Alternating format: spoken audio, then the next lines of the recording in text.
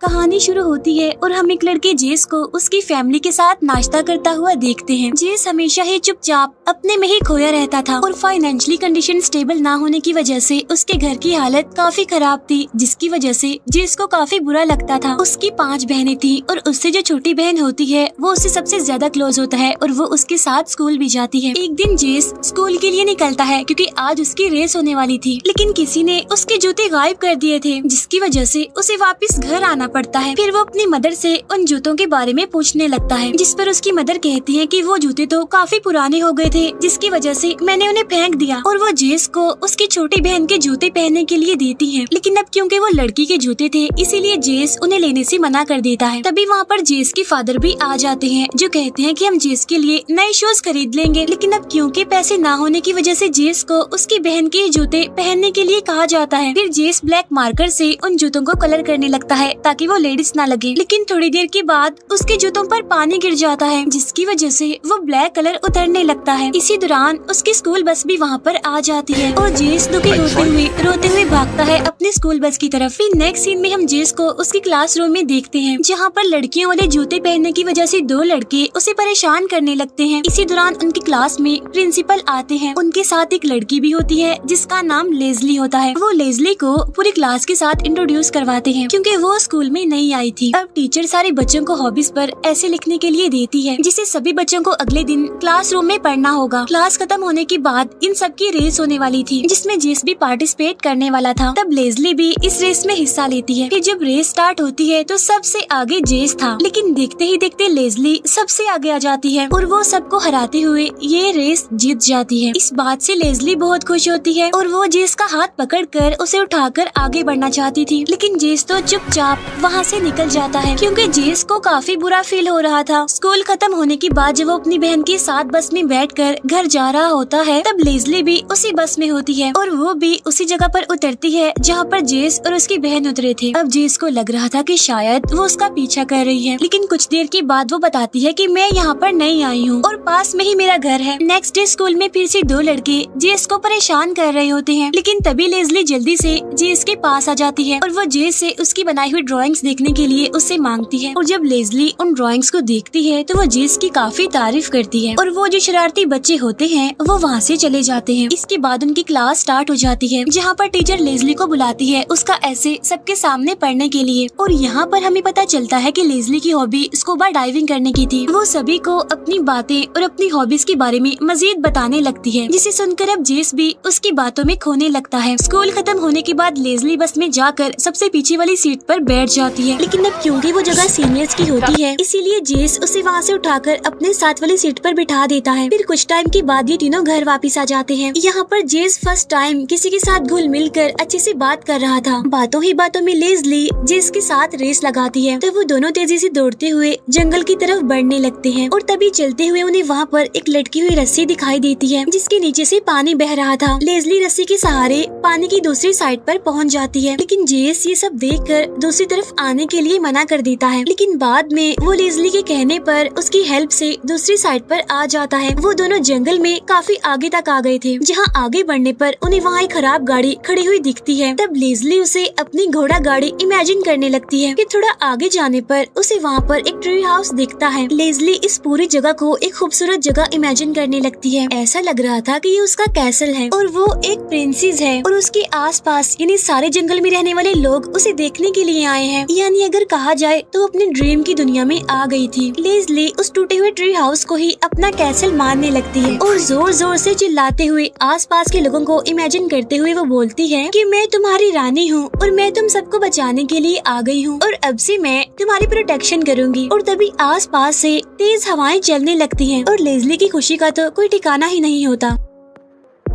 और इस बात को लेज़ली अपने लिए इशारा समझ लेती है, यानी जो उसने बोला वो सच है और अपने इस किंगडम को वो नाम देती है टेराबेटिया। इसके बाद से ही वो दोनों स्कूल के बाद हर रोज उस जगह पर जाया करते थे, यानी कि अपने ड्रीम वर्ल्ड में, अपनी जादुई दुनिया में। वो वहाँ जाकर बिजी हो जाते थे ट्री हाउस को रिपेयर करने में, बिल्कुल उसे ठीक बनाने में, और यहाँ तक उन दोनों की बहुत अच्छी दोस्ती हो जाती है। इससे जेस की लाइफ में भी काफी चेंजिंग्स आने लगती है, जैसे वो स्कूल में अब खुश रहने लगा था, लोगों में घुल मिल रहा था, उनसे बातें कर रहा था। फिर एक दिन स्कूल बस में एक लड़की गिरने का ड्रामा करती है, यानी वो ऐसे रिएक्ट करती है जैसे उसे किसी ने गिरा दिया हो। फिर वो इल्जाम लगाती है जेस पर, उसे फंसाती है कि उसने इसे गिराया है। तब पनिशमेंट देने के लिए जेस को बस से उतार दिया जाता है, जिसकी वजह से जेस को बस से उतरकर पैदल ही अपने घर जाना पड़ रहा था। वो अपने स्टॉप पर पहुंचकर वो देखता है कि लेज़ली तो पहले ही उसका इंतजार कर रही है वहाँ पर। इसके बाद वो दोनों वापस उसी ट्री हाउस पर चले जाते हैं और वहीं पर बैठकर वो बातें कर रहे थे। और ये जगह सच में बहुत ही खूबसूरत होती है। उनकी जादुई दुनिया यानी उनकी कैसल के पास से एक बहुत ही खूबसूरत नदी बहती थी और वो अपने आसपास मौजूद हर चीज को अपने स्कूल के लोगों का नाम दे रहे थे, यानी वो लोग जो उन्हें अक्सर परेशान किया करते थे। अब जब जेस और लेज़ली बातें कर रहे होते हैं कि तभी वहाँ पर एक गुलहरी आ जाती है जो इन दोनों पर नट्स गिराने लगती है। अब जेस उस गुलहरी का एक नाम रख देता है जो कि उसी के स्कूल के बच्चे का एक नाम था जो कि बहुत शरारती था, और वो उस गुलहरी को किसी शैतान की तरह इमेजिन कर लेता है। इसी वजह से वो उससे लड़ने लगता है। अब घर आने के बाद हम जेस को देखते हैं जो कि अपने रूम में बैठकर ड्राइंग्स बना रहा है, लेकिन तभी उसकी फैमिली आकर उसे बर्थडे का सरप्राइज देती है। उसकी फैमिली में फाइनेंशियली प्रॉब्लम होने की वजह से उन्होंने अपने गार्डन में ही ग्रीन हाउस के अंदर खाने के लिए कुछ सब्जियां और फ्रूट्स उगाए हुए थे, लेकिन कुछ जानवर उनके ग्रीन हाउस से सब्जियां और फ्रूट्स चुरा कर खा रहे थे, जिसकी वजह से जेस के फादर उन जानवरों को पकड़ने के लिए वहाँ पर ट्रैप लगाते हैं। नेक्स्ट डे लेज़ली जेस को उसकी बर्थडे का गिफ्ट देती है। जेस अपने गिफ्ट को ओपन करता है तो उसमें बहुत सारे कलर्स होते हैं। इतना एक्सपेंसिव और प्रीशियस गिफ्ट लेने की वजह से जेस उसे थैंक्स कहता है। अब रोज स्कूल के बाद जेस और लेज़ली एक साथ मिलकर ट्री हाउस को डेकोरेट करने के लिए चले जाते हैं। फिर एक दिन जब वो दोनों ट्री हाउस में बैठे होते हैं, लेकिन तभी वहाँ पर एक ट्री टूटकर गिर जाता है। तब वो दोनों ये देखने के लिए बाहर आते हैं। फिर वो उस ट्री की जड़ों के पास पहुँच जाते हैं और वो इन जड़ों को किसी बड़े से शैतान की तरह इमेजिन कर लेते हैं। असल में ऐसा होता नहीं, लेकिन लेज़ली सोच रही थी, क्योंकि वो हर एक चीज को अलग ही तरह से इमेजिन करके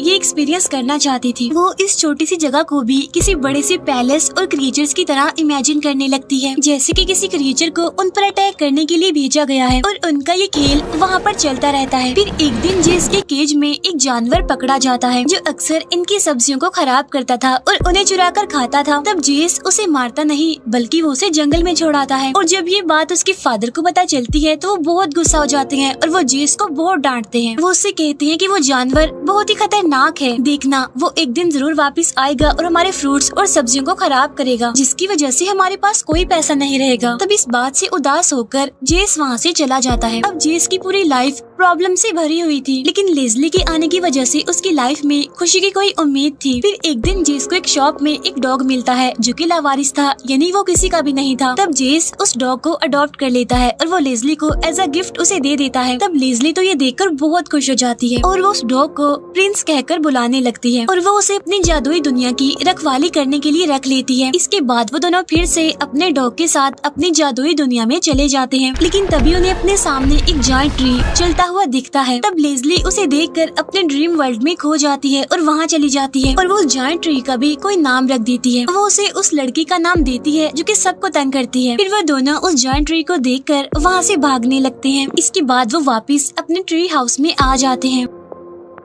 एक दिन बस से उतरने के बाद जेस लेज़ली के साथ उसके घर आता है, जहाँ पर लेज़ली उसे अपने पेरेंट्स से मिलवाती है। यहाँ पर जेस को पता चलता है कि लेज़ली के पेरेंट्स असल में राइटर हैं और इसी वजह से लेज़ली भी इतनी इंटेलिजेंट, इतनी क्रिएटिव है। फिर एक दिन लेज़ली चर्च में एक बड़ी सी बेल देखती है। उसे देखकर वो सोचती है कि इस बड़ी सी बेल को भी मेरी जादुई दुनिया में होना चाहिए। उसी रात जेस के फादर उसे कुछ सामान देते हैं ग्रीन हाउस से कुछ लाने के लिए, लेकिन ये चाबियाँ बाय मिस्टेक नीचे गिर जाती है। इन चाबियों को जेस की बहन उठा लेती है और वो लेज़ली को जाकर दे देती है। फिर इन चाबियों को लेज़ली अपने दुनिया में ले जाकर उन्हें एज अ बेल इस्तेमाल करने लगती है। चाबियां ना मिलने की वजह से जेस के फादर उसे फिर से बहुत डांटते हैं। नेक्स्ट डे लेज़ली को पता चलता है कि ये चाबियां तो जेस के फादर की हैं और वो उन्हें ढूंढ भी रहे हैं, इसीलिए वो ये बात जेस को बता देती है और चाबियां लेने के लिए जेस के साथ उसी ट्री हाउस में जाती है, जहाँ पर वो दोबारा से अपनी जादुई दुनिया यानी टेरा बेटिया में चले जाते हैं, जहाँ पर वो काफी सारे अजीब तरह के क्रिएचर्स को देखते हैं। अब लेज़ली के अकॉर्डिंग तो ये सारे क्रिएचर्स उन्हें मारने आए हैं क्योंकि वो वहाँ की चाबियां जो चुरा रहे हैं इसलिए। तो वो दोनों ही अपने ख्यालों में डरने लगते हैं, लेकिन लेज़ली किसी तरह करके जेस को संभालती है और वो वहाँ क्रिएचर से लड़ते हुए चाबियां वापस लेकर आ जाते हैं। चाबियां लाकर जेस सीधा अपने फादर को दे देता है। अब जेस जब अपने रूम में बैठा होता है तो उसके पास उसके म्यूजिक टीचर की कॉल आती है और वो जेस को एक आर्ट म्यूजियम देखने के लिए इनवाइट करती है। तब जेस अपनी मदर को बताता है कि मैं आर्ट म्यूजियम देखने जा रहा हूँ। इसके बाद वो टीचर के साथ म्यूजियम चला जाता है। जब शाम को जेस अपने घर वापस आता है तो वो अपनी पूरी फैमिली को रोते हुए पाता है। तब उसकी मदर उसे डांटते हुए पूछती है कि कहाँ गए थे तुम, जिस पर वो कहता है कि मामा मैंने आपको बताया तो था कि मैं अपने टीचर के साथ म्यूजियम जा रहा हूँ। तभी उसके फादर रोते हुए उसे बताते हैं कि तुम्हारी फ्रेंड लेज़ली